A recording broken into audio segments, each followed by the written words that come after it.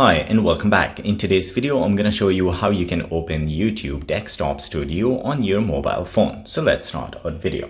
So guys, if you have the YouTube Desktop application on your device, but there are limited features, if you want to access to the desktop version, all you need to do is to open a browser on your device.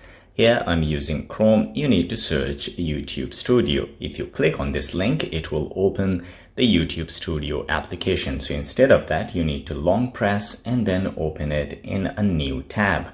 So once you open it in a new tab, here I will show you, it will open in the browser and you will have access to all the features.